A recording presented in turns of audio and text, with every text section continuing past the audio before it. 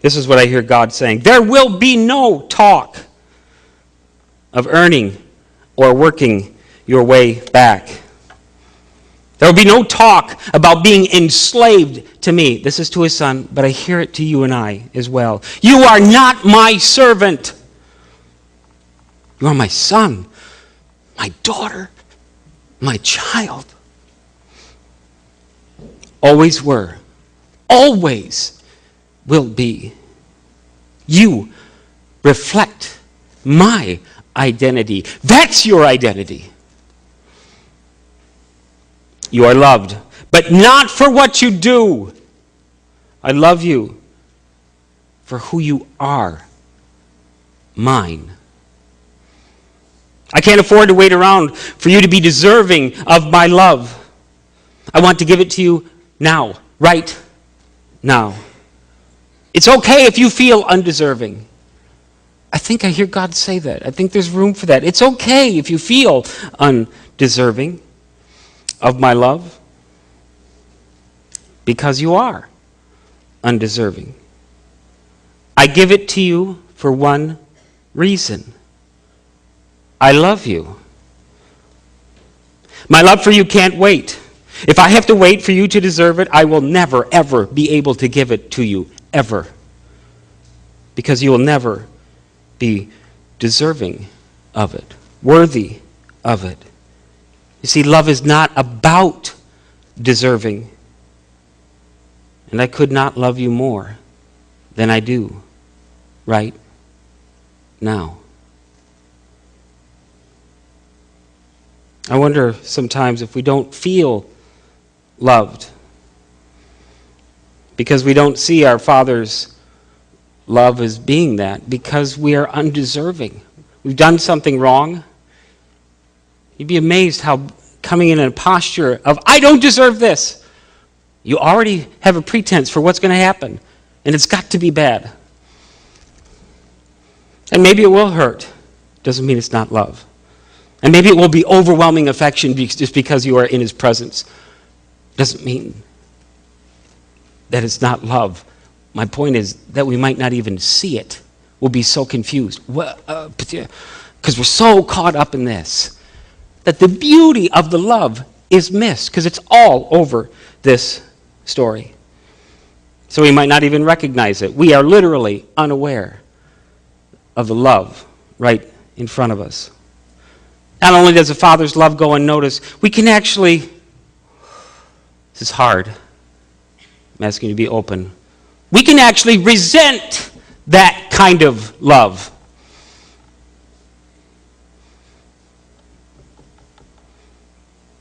I'm not going to read about the older son, but if you know this story, is that really hard to see? That the older son resents that love. Oh, you thought I was talking about the love for you. Funny how we do that, isn't it? But it's easy to see the older son, who what? Has been working while the young one went off and spent the money. And he resents the party. He resents the son coming back. He resents the Father's love. It's exactly what he says. Father, how can you love him? How can you throw a party for him? Why didn't I ever get a party for my friends and I? Ooh, Dad's not invited. For my friends. In other words, that son doesn't deserve your love. Is it becoming clear? But I do. I'm not accusing, trust me. I have been here so many times. And I am dumbfounded how my feeling deserving give me that love. 90% of my resentment is over that Russ was a better son, that Russ was an older son. And I have other brothers and sisters. 5. I have resentment all in the middle child, please. The younger ones are spoiled, the older ones get their way. Really? Really? I'm not excusing, I'm not here to flatter my dad like he was, I'd embarrass him if I said he was the perfect father. It's not about that. It's about It's about ourselves. That's what this story is about. Ourselves and our view of love. And God gives us a juxtaposition of love, and they're both us. God says, when you come to me undeserving, you can't imagine the affection that I have. You can't imagine the affection that I have for you. My arms are out. What more do I have to do? But because you're coming with all this shame, I'm in trouble. Do you even think about being loved? I'm so bad. Me. I actually think this one is worse. I think the older son is the point of the whole story. Because he throws a party for the one that was undeserving. He doesn't scold. You can't look for that in this story. He doesn't scold the older son. He doesn't scold either one of them. He doesn't tell the younger one, you missed my love for you. He doesn't tell the older one, you missed my love for you. He just says, everything I have is yours. What more can a father say? But if I'm in a posture of deserving before God, before my dad, I assume that posture I don't like. And I don't feel loved. And quite frankly, the middle child, we're kind of neglected. I deserved more love. I'm an expert at seeing it. I don't see this stuff in story because I'm so intellectual. I get it because my heart is just like cut open every time I read a story like this. Like, oh, there it is again. I got the picture. But I'm convinced it's what God wants us to hear. You're both, and I love you both. Come to me. You can't help it. You're going to feel deserving or you're going to feel undeserving. But will you just do me again, I'm speaking for God. Will you just come to me? Will you recognize that I love you? When it's difficult, okay, come difficult and come frustrated.